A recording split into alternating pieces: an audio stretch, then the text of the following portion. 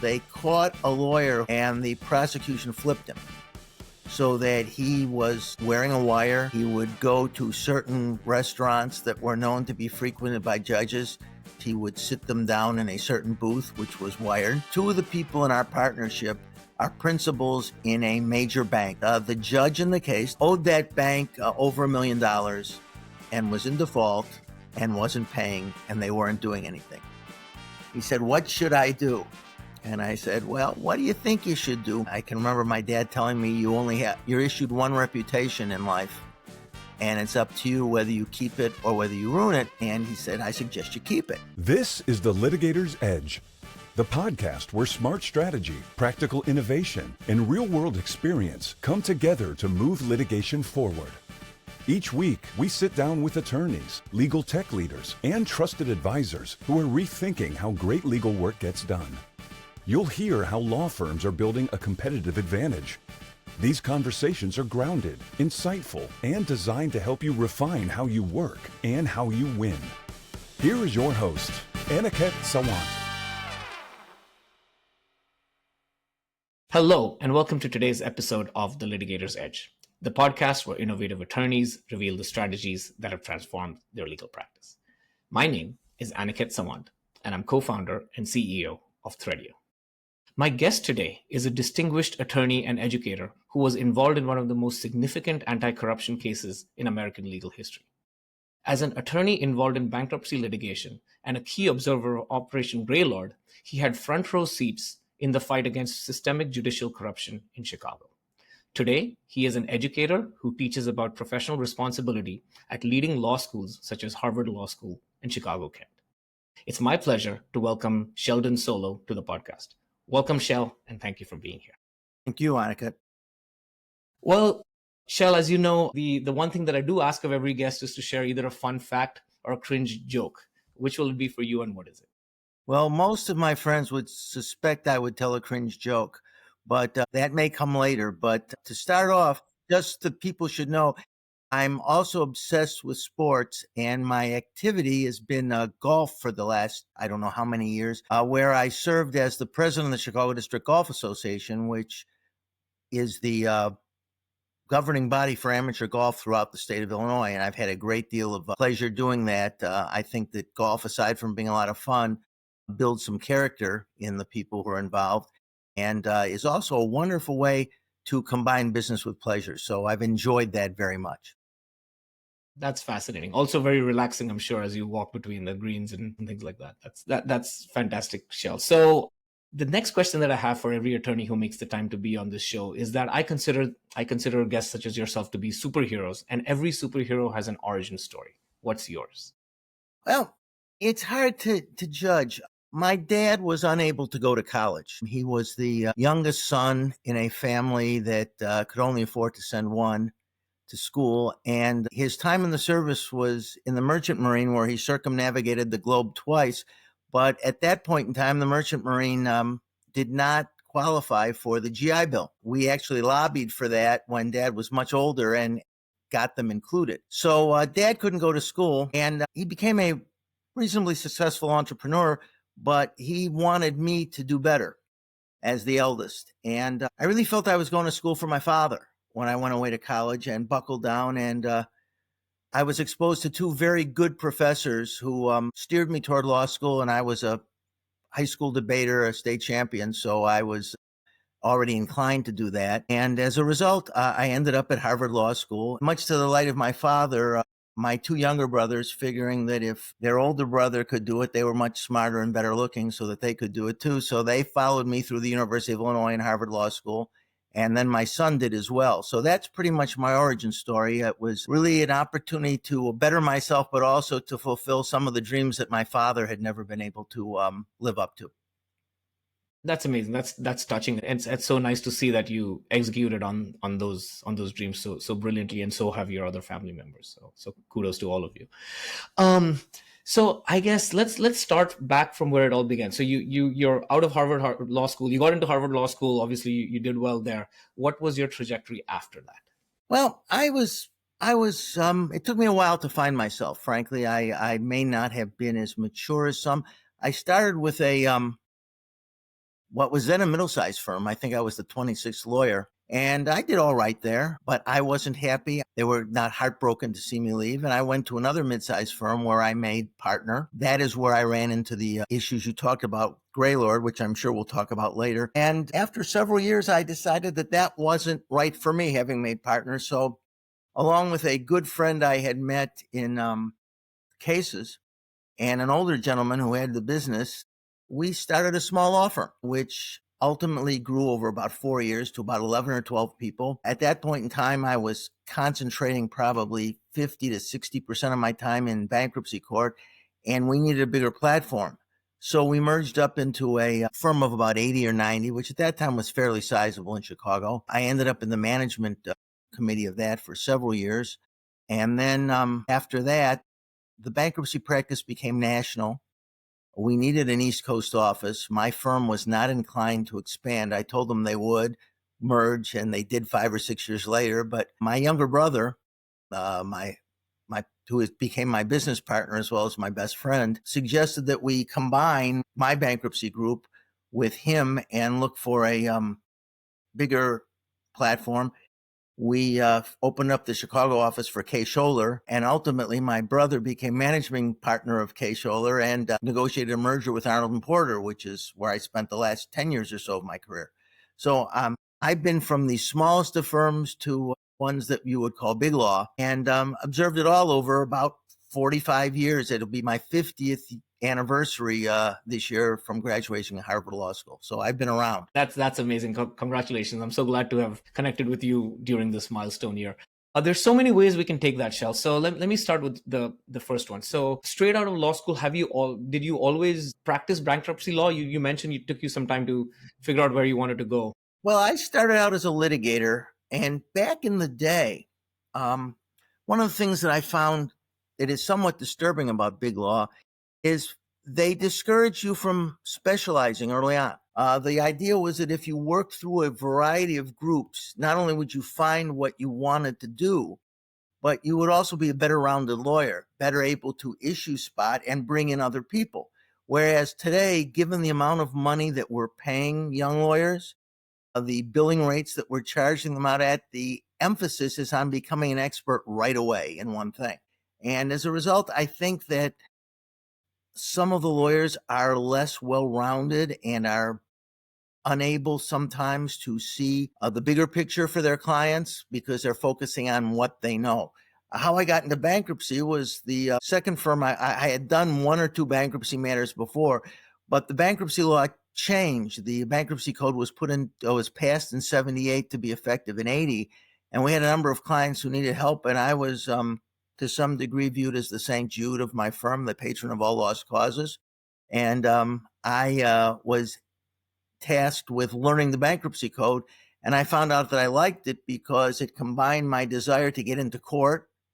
And frankly, there's less discovery in bankruptcy because things move faster. So that's kind of fun.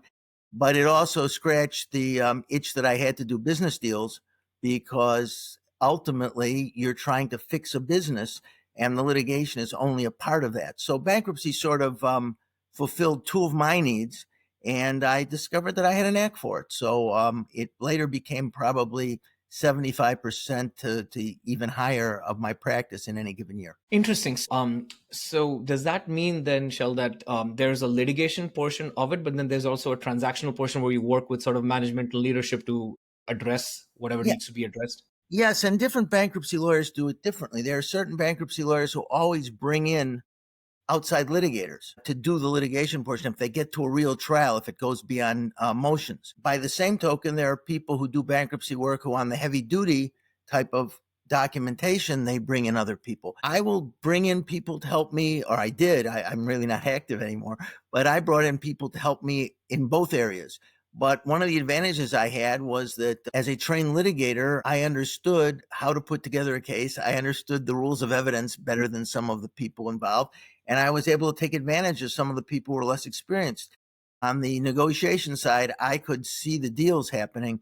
But in terms of the documentation, I often reached out for help because it takes a certain amount of detail work that maybe I wasn't as experienced at, although I could take apart a document, putting it together, I wasn't quite as good.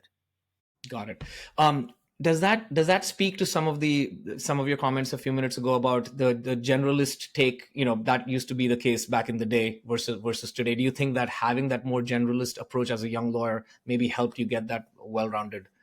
I think it did, Aniket, but there are people who learn to see all the issues in a bankruptcy. There are people who start in the bankruptcy group and learn. Sometimes they talk to people with grayer or less hair like me, and sometimes they just get it themselves. But I do think that there's a certain benefit to seeing a broader spectrum, which we are losing in the practice, particularly in the big firms who recruit the top students. And I think it impacts, when I teach professional responsibility, there's a whole section of the Code of Professional Responsibility that talks about the duties a lawyer has as a counselor. And I think sometimes we lose the counseling role because we're so technically adept at what we do that we fail to see the big picture. And that's something that the better lawyers are better at.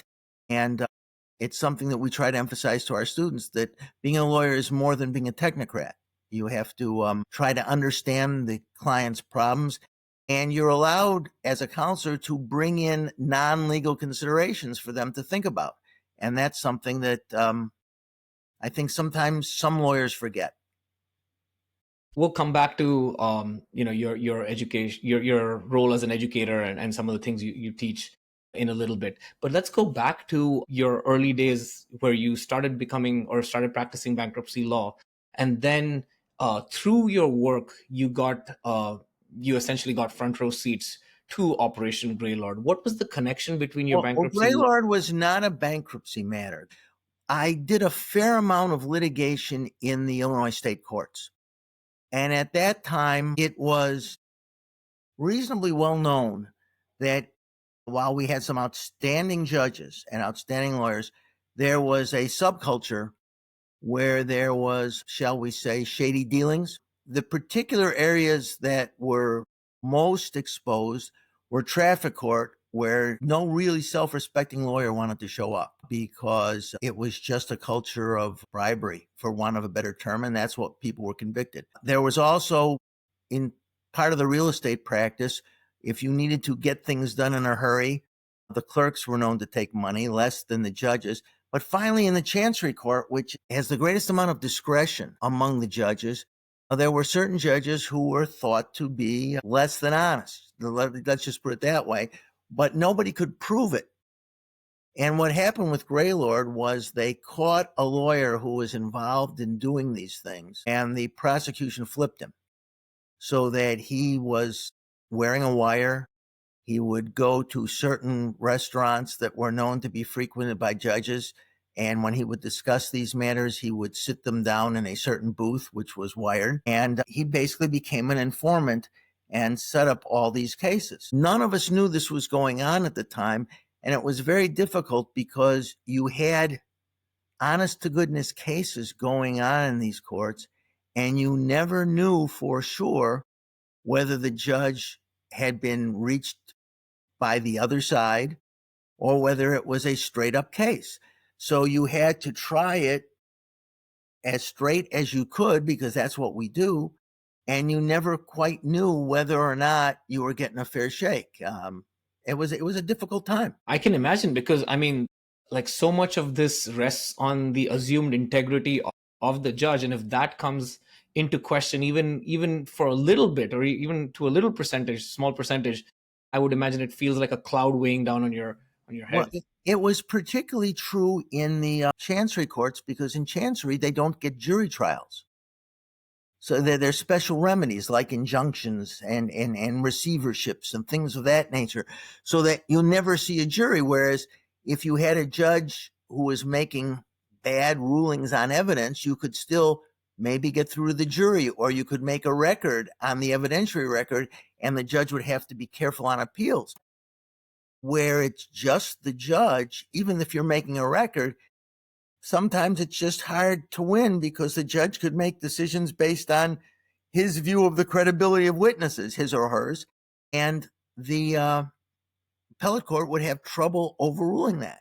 So you went in sort of blind. And of course, I was pretty naive. I mean, I'd heard these things, but I went into because I was a young lawyer, I went into every trial believing that if I put on my best case, I would do well. And the one judge who was sort of the poster boy, who was the first judge charged and went away for quite a while to jail as a result, the first case I took on, he was not on the take.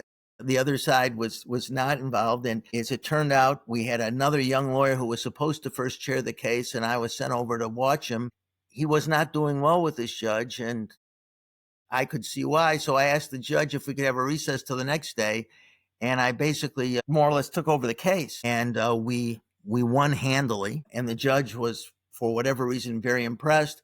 And as a result, I sort of had carte blanche when I walked into that courthouse, into his courtroom, as someone who he respected and thought highly of, until one day when I was in a case where I'm certain he was on the take. And I learned how hard he could lean on someone. It was a tough time. So essentially, your introduction to this world of Operation Greylord was just through being a practicing attorney in the courts where all of this was happening and where the investigation was happening behind the scenes. What increasing role did you play in the investigation? Well, I didn't really play much of a role in the investigation, but one thing I did was, and this will be the story that will sort of tell you how you knew what was going on and what ethical lawyers can do. I was about to leave that firm. I had made that decision. I had not announced it yet, and I was probably number 2 in the litigation department. And the same young lawyer who I had rescued before, we were now a few years older, came to me and said there was a piece of litigation where we were representing a real estate partnership, and it was in front of the same judge. And he said, I have a question for you. He said, I have just learned that 2 of the people in our partnership are principals in a major bank, which for obvious reasons will go unnamed. But it was a very privately held bank, and that the judge in the case, the same judge who thought very highly of me, owed that bank over $1 million and was in default and wasn't paying, and they weren't doing anything. He said, what should I do? And I said, well, what do you think you should do, Mr. You're a lawyer. He said, I think I should ask him to recuse himself. I said, good, you get an A in professional responsibility. So he went in to ask the judge, and the judge turned him down, said, I'm not biased.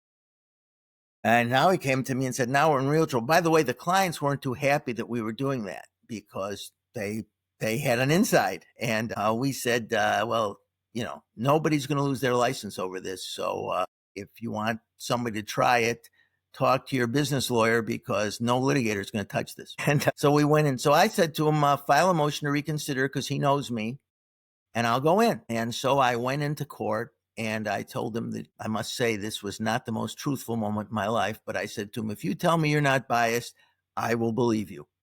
But you see, the canons of judicial ethics, which existed at that time, the rules have changed, although the substance hasn't, say that if there's an appearance of impropriety, you must recuse yourself. So I suggest there's an appearance. Moreover, now my friend next to me, the lawyer for the other side, he knows about all this. So I'm my client's in a no-win situation. If we win, he'll get the case overturned because of your impropriety. And if we lose, they'll say, tough luck, he was on your side and he still ruled against you. So if you rule against me in this, I said, please don't hold this against me. It's with all due respect, but if you rule against me, I will ask for an interlocutory appeal, an immediate appeal of your decision not to recuse yourself. And he listened to me and he went back, and a half hour later, he recused himself. So we did the right thing. What's interesting enough is about 3 months later, I was sitting in my new office. I had announced and left.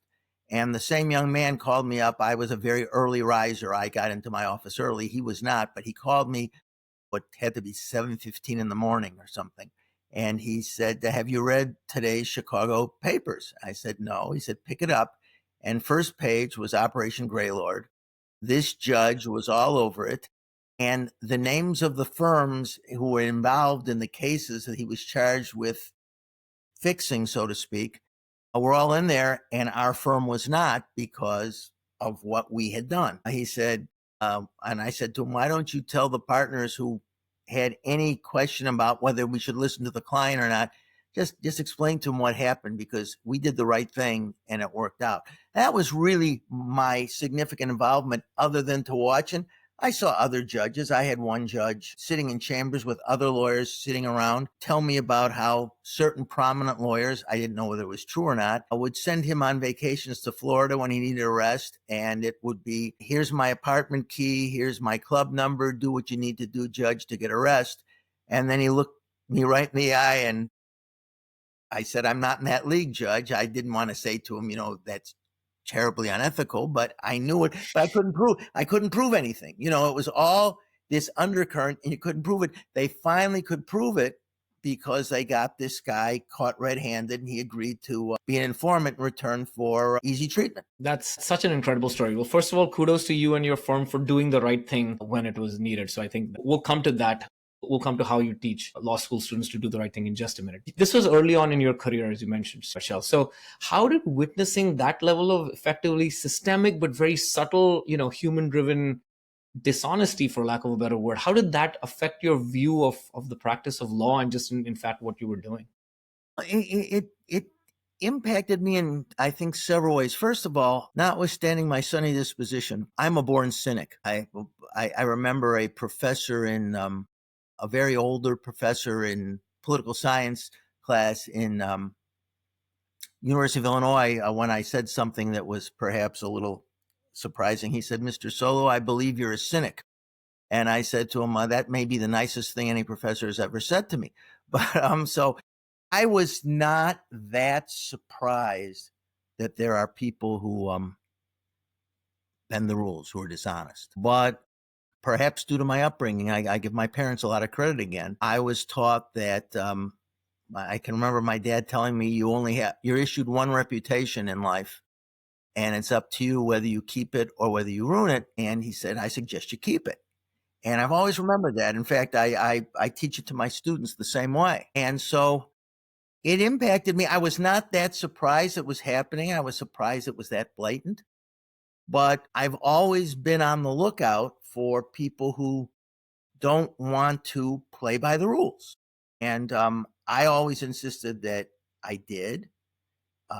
And as a result, I think that I had that reputation. I can remember quite proudly when a gentleman, again, can't mention names, but a former client was involved in what was a very sleazy, illegal attempt to dominate a bankruptcy, which was a significant bankruptcy in Chicago. He got cold feet because he thought he was going to get cut out of the deal. But in any event, he spoke to a lawyer who was sort of involved in the deal, and the fellow said, if you want somebody to give you honest advice, go to Solow. And first thing when he told me, I said, well, if you're looking for somebody to try to keep you in the deal and do it right, you've come to the wrong guy. But I think we have to turn these people in and step up to the judge, and that we did, and they were tossed from the case and suffered some consequences for it. But I never looked back, because if the system isn't run honestly, then the trust in our system of justice breaks down. And if the trust in our system of justice breaks down, ultimately the trust in the society as a whole breaks down. This society has been very good to me and my family. My grandparents came over with nothing around 1910. And it's only 2 generations later, and we've done okay. And it's all because the system has been fair to us. And I have a great regard for, almost a religious regard for, our constitutional system. And therefore, my view is that those of us who are on the inside of the system have to do what we can to make certain that the regard for the system, the confidence in the system stays at the highest levels. And not all lawyers do that. I mean, we all know all the lawyers' jokes, and we know where we rank in the trustworthiness. That's a problem. It's one of the reasons I teach what I teach, to try to get the next generation to do better. And you talked about some of my impetus. I was in law school during Operation Greylord. And I can remember that when Archibald Cox got fired during the Saturday Night Massacre, I spent the better part of a day just walking around the streets of Cambridge wondering whether it was worth it to continue in law school, because it appeared to me that the system was going to fail. I know we have some students who feel the same way today. We have to work at it, but I stuck with it. My colleagues stuck with it. I think we're better than we were, but not as good as we have to be. So that's where I'm headed. That's so profound, all of that, all of what you just shared, Shell. Yeah, I'll just share one insight that I had when I went to business school a little bit further down in the Northeast or Mid-Atlantic, which is one of the professors that I had in legal ethics said, institutionalized trust is one of the cornerstones of a developed society versus a developing society. And, as you were sharing that narrative, that those lines came back to me. So thank you for sharing that. I think he said it better than I did, by the way, Aniket. So I have to remember that. Sounds good. Thank you. So now let's talk about how you took those lessons that your family imparted to you in terms of professional responsibility and ethics and just doing the right thing, and how you continue that legacy of imparting those to your students. So first of all, can you share a little bit about what sort of teaching you do at the two schools? What are your canonical principles behind what you impart to the students? Well, first of all, it's interesting to know how I got the jobs, because Harvard is less the ethics and more technique, more how you try cases, but we build in what you have to do correctly. When my son was at the law school, they had these specialized 3-week courses during intersession or right before the start of the year. And those didn't exist when I was there. The Harvard is far better pedagogically than it was when I was there, I must say. So we discussed which class he should take. And I said, take this litigation seminar, whether you're going to be a litigator or not, you ought to know about it. And about 3 days in, he said to me, Dad, you were right for a change, which is a high compliment. And he said, this is a great class. He says, but more importantly, you would be great at it and you would love it. I said, well, that's a nice compliment. So he said, so I told the dean, who I happen to know, that you were volunteering for next year. And I said, without asking me, he said, you'll do it. And I did. I wrote the dean and said, here's my CV, but if I'm not the right one, you don't have to pick me just because David recommended me. And she said, no, you're in. And I've been doing that since 2012 when he graduated. And then when I was thinking about retiring, it was a few years off. My daughter knew the dean of Kent's Law School, and she said, can't have you home with mom all day long. You got to do something. So she went and said, my dad would probably like to teach. And he said, I've got a lot of bankruptcy lawyers. But she said, did you know that he's the ethics chairman for this international law firm that he's with at K. Scholler? And I got a call the next day. And I've been doing that for 10 years or so. What I try to teach, aside from I teach 2 classes at Kent. One is just a straight professional responsibility class. And one is a class that I put together that actually Dean Erickson, who's a former judge, put together and then asked me to run it, which is a combination of trial practice and professional responsibility. What we're trying to do is teach people to be ethical litigators. In that case, by teaching them a little bit of both, a lot of ethics, a little bit of professional, of just how to try cases. What I try to do, we use the code as the general basis, and part of it is that because that's what they get tested on in the MPRE, the test that they have to take to qualify as a lawyer. I start the class by telling all of my classes that I know that most of you, if not all of you, are here because it's a required class. You don't think you're going to use this in real life. You'll use it every day, and I'm going to prove it to you because every day we're going to start the class with 5 to 10 minutes of current events. And the last several years, people like Rudy Giuliani were like manna from heaven for me because, they were on the front pages, much less in the law books. But I try to show them that lawyers who were once law students like them are making these basic mistakes because they don't understand the code. And more importantly, they fail to understand our role in society. And I try to emphasize for them, not only is it, you don't only do the right thing because you're trying to keep your license. I mean, that's the minimal, but that it raises the level of what we do for its importance for society. And that will ultimately redound to their benefit, to society's benefit, to their clients' benefit. And ultimately, if they get that reputation and they're good, they'll probably do better as lawyers as well. But more importantly, I say to them, If you want to be a lawyer, these are things you must do because we have a special role in society and we can never forget it. There are lots of shortcuts. There are ways to maybe help your client in the short run, but that will ultimately, if caught, redound against you. And do the right thing. Absolutely. I would imagine that most ethical lapses don't start big, they start small, right? And so how do you teach students to recognize, something that could quickly have them going down a slippery slope, and then they're in the beginning, they're maybe kind of not doing the right thing, but then it is very clear that if they go down that path, they will most certainly not be doing the right thing. Well, it's funny because you mentioned the word slippery slope, and I use it often, and I say that's probably the most overused term that anybody uses in law school. Every professor talks about slippery slopes.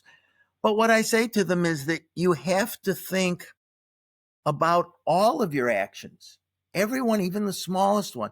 It is simple, for example, in discovery to decide to overlook a document. Who's going to know, right? Until somebody knows, until you get caught, or until your client decides that, well, if you're going to overlook a document, they're going to overlook others. And all of a sudden you're caught up in a trap. It's simple, but what you have to think about every single time is what your duties are. At best, explain them to the clients. I mean, it's not enough to just say, we can't do this. You have to, in my view, say to the client that I'm ethically bound not to do certain things, and here's why. And candidly, if the other side is allowed to do that, they could hurt you too. We're going to watch out to make sure that they don't do it. See, that's part of the problem. Clients have a tendency to believe that every lawyer is willing to bend the rules, and television helps perpetuate that. When I was a kid, the lawyer shows were shows like E.G. Marshall and the Defenders, where they were standing up for the rights of people. With the young lawyers were these young idealistic lawyers. Now we get shows like Suits, which are which starts with an absurd premise and then doubles down on it as it goes. And every lawyer, while they may have interpersonal loyalty to each other, they don't give a damn about the law. And people watching the TV think that's how it really works. And they think when they come to see you, they think that's what you ought to do. And you have to make sure that they understand that that's not how it works, at least not for you. And if that's how they want it to work, then they're with the wrong lawyer. That's okay. Sometimes it's better to turn work down than to take work that will get you into trouble. In fact, not sometimes, always. Absolutely. Let's now bring it to the modern. Let's now bring things to the modern era, right? So obviously AI is everywhere, and its genesis started probably well after you probably stopped practicing and so on and so forth. But it's interesting. Let me interrupt you right there because I tell my students that I'm a relic. I'm a dinosaur. When we learned how to do legal research, there were no tools. But my first year out of law school was the first year that Lexus advertised, and we had certain amount of free time. So we were writing a brief, pro bono matter in conjunction. It was an important Supreme Court brief. And they asked us to do research on a couple of issues which were difficult to find in the conventional way. So I went over and used a couple of hours of Lexus time, and I found a lot of irrelevant cases, but I found cases right on point. And so I got a firsthand, very early look at what artificial search engines could do for you. And of course, we know that there's a difference between the engines that just do research and the generative engines, the ones that people actually use to write briefs. Like your eighth grader could figure out a way for ChatGPT or something like to write their social studies paper. I wouldn't recommend that. In fact, at Kent, we say that if we get the sense that someone is using artificial intelligence to write their papers, they don't get a second chance. They're expelled if we find that out, because we want to know what they're thinking. There's a slippery, the same type of slippery slope where you can use these engines to do research for you, and they're marvelous. They speed you up. They can find things that the old systems, you had to be very creative to find the right things. By the same token, they can also help you get started writing things if you wish them to. The problem, of course, is that the programs aren't perfect yet, and there are, what you know better than I do, these hallucinations that come about, where if they can't find a case that supports a proposition, they'll make one up, they'll misquote a case, whatever. And unfortunately, every week in my current events, every week, I find lawyers who are charged with filing these briefs with hallucinations. And the judges are dumbfounded. But Senator Grassley recently suggested that there are at least 2 cases where federal judges used ChatGPT to write their opinions, which were full of mistakes. Just 2 days ago, the New York Judicial Conference for the state of New York issued guidelines for judges and clerks in their use of artificial intelligence. So it's everywhere. And the problems right now are so great that lawyers really have to be educated as to the limits of these things. And I don't know why they're not getting educated. These cases are being published every day, but people are still doing it. It's terrible. Yeah, it sounds like this is a new twist on a problem that has its solution in the code, and in how you could sort of go about your professional responsibilities, which is, if one took the time to actually validate the citations, make sure they're accurate, they wouldn't be released into the wild in the first place. That's absolutely correct. And that's that's the lesson I'm teaching my students. Back in the day, when now I'm going to sound like an old guy, because I am, but back in the day when we didn't have these engines, these techniques, we still would assign another lawyer other than the person who wrote the case to cite check the brief, or you would assign a paralegal, where you would make certain that all the citations were correct, all the quotations were correct. If a lawyer you knew and trusted had drafted that document and put it together, and you still wanted to check that lawyer, why wouldn't you check a machine that you know nothing about? So it's nothing new. That's one of the things the courts have been saying. There's no new responsibility here. You always had the responsibility to make sure that your citations were correct, that your quotations were correct, that the cases stood for the propositions that you cite them for, because sometimes they'll cite a case which has nothing to do, or in fact even holds the opposite of what they're cited for.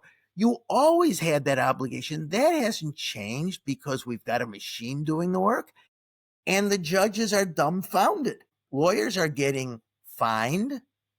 They're being required to pay the fees of the other lawyer who brought it up. There will be a time when lawyers get suspended. I don't know about being disbarred yet, but there will be lawyers who will be suspended for this, particularly if it continues, because they'll say you've had fair warning.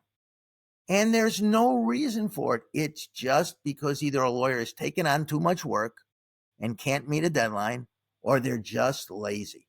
There's no excuse for it, ever.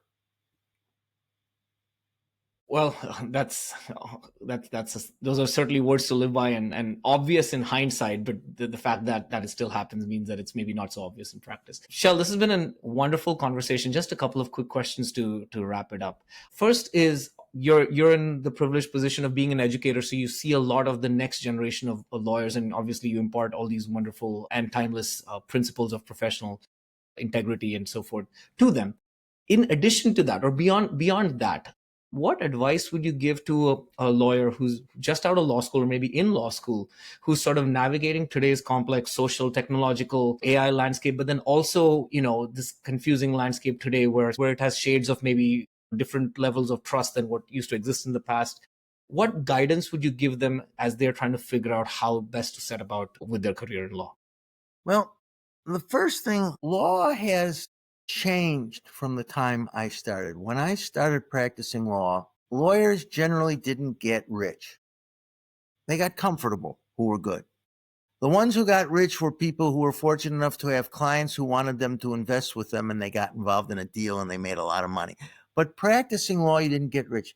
That started changing sometime in the 80s, when lawyers, I think, looked at investment bankers, and if I can be facetious for a moment, I think they said to themselves, I was better in school than that guy. How come he's making more money than me? Well, the reason is those guys took risk, and lawyers were just selling hours. Lawyers who got rich, the other lawyers who got rich were guys who took cases on contingency and hit big ones. Okay, they got rich. But the ordinary lawyer who ground out the regular work of commerce or of litigation, they made a nice living if they were good at it. They didn't get rich. Well, lawyers are trying to get rich now. So one of the things that you have to ask yourself is, ultimately, what are my goals? A lot of lawyers who get into the middle management, young partners, begin to have questions about whether they want to be on that treadmill, whether they want to work that hard, whether their work-life balance is proper. You've got to keep in mind what it is that you really want. Then the first thing I say to them is, when you get out of law school, if you can, go somewhere where you can get trained properly, where you can really learn to be a good technician. You may or may not become a partner. You may or may not love it there. It'd be nice if you find a place and you stay there all your life. I didn't, but I know people who have. But get trained and then step back and decide what it is that you want. Decide how you want to practice. Some people would like to have a small, hang out a shingle, do family law, whatever. Other people want to do the biggest deals. That's important to them. Okay, understand the trade-offs that you're making and then go for it. But at each and every instance, you have to remember that, as my father said, you're issued one reputation. And so you have to, in pursuing whatever the goal that you have, understand that how you practice, what you do, will impact on how other people view you, how other lawyers view you, how clients view you, how judges view you. And the other thing that he said to me, and I'll share this one as well, he said, almost all of us, when we get up in the morning, we look in the mirror. Some of us shave, some of us have hair to comb, whatever it is. But he said, you really ought to like the person who's looking back at you. And it's a nice image, because you have to be prepared to say to yourself, what I'm doing, I'm supporting my family, I'm supporting myself, but it's a good thing. It's the right thing. I'm not doing it wrong. You get rewarded when you do that. I'll leave you with one other anecdote. I can remember going down to Nashville, Tennessee. I was admitted pro hoc vice in well over 30 states at various times in my career. But I remember going down to Nashville, Tennessee for a very large matter, a significant matter, at least to the clients involved. And the person made the motion to admit me pro hoc, my local. And the judge admitted me, and I thanked the judge. And the judge looked at me and said, you know, Mr. Solow, I called he said his name at the time. I called the presiding judge, the main judge in the Chicago bankruptcy courts, who I know very well, to check you out. And I looked at him and I smiled and I said, whatever that judge says about me, I'll stand behind it. And he said, don't worry, you passed. Well, that was a lovely thing to hear when the people you appear, and I appeared before the judges in Chicago. At one time, there was a very viable bankruptcy practice in Chicago. Now it's sort of taken a back seat to Delaware, to Texas, to a few places. But I appeared before those people a lot. And if you lied to them one time, they remembered. Every lawyer has a list of people. I have a list of people who I can shake their hand and I know there's a deal. And I don't have to worry about when the papers come in. And I have a list of people who, when the papers are signed and the ink is dry, still hold my breath until everything's done, because that's who they are. And we all keep lists. I've always said that I want to be on that list of the people when you shake your hand, they know it's a deal. And I certainly want to be on that list when judges know that I make a representation to them that it's true to the best of my knowledge. And that's one of the things that I tell all my students, that whatever path you decide to take, and there's lots of paths in the practice, you have to make certain that whatever you're doing, both you and the other side know that you're doing the best you can and that you're being truthful. And if we're not always going to do the best job. Everybody loses sometimes.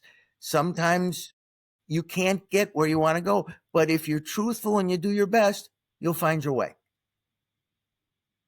That's amazing. Thank you so much for that, Shell. Final question for you: is there something that I should have asked you that I didn't? Oh, I don't know. But we kind of got. I mean, there are a million anecdotes that we could tell to illustrate these things, and which one of the reasons it's interesting. A local law school like Kent often relies on people who've practiced. They have a significant number of adjunct professors, whereas a place like where I went to law school, you have some former judges, et cetera, who come back to teach, or government lawyers, but there's less people who have really gotten down in the dirt. And the students love to hear war stories because it tells them what's really happening. So I tell a lot of those, and I suppose that if we had more time, we could tell a lot of war stories. But I think we've covered most everything that we need to cover. It really comes down,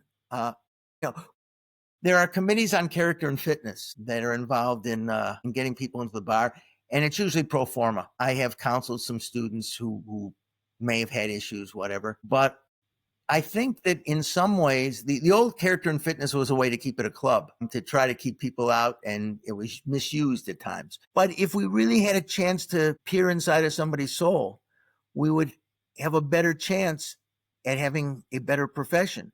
Because ultimately, the rules of professional responsibility are just rules. If people take them to heart, we'd be better off. And candidly, that's why I teach, because I'm trying to instill in my students the idea that this is the right way to practice law and the right way to live. And if they do it that way, hopefully, long after I'm gone, the profession will be a little bit better, and I will have done my part.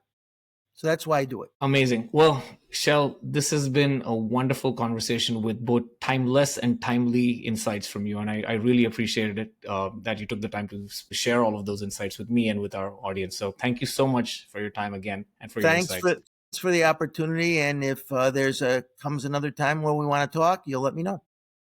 Absolutely. Will do. Thank you, Shell. Appreciate it. Thank you. The Litigator's Edge podcast requires more than a conversation. It takes action, research, and collective wisdom. If today's episode resonated with you, we'd love to hear your insights. Join the conversation and help us shape the future together.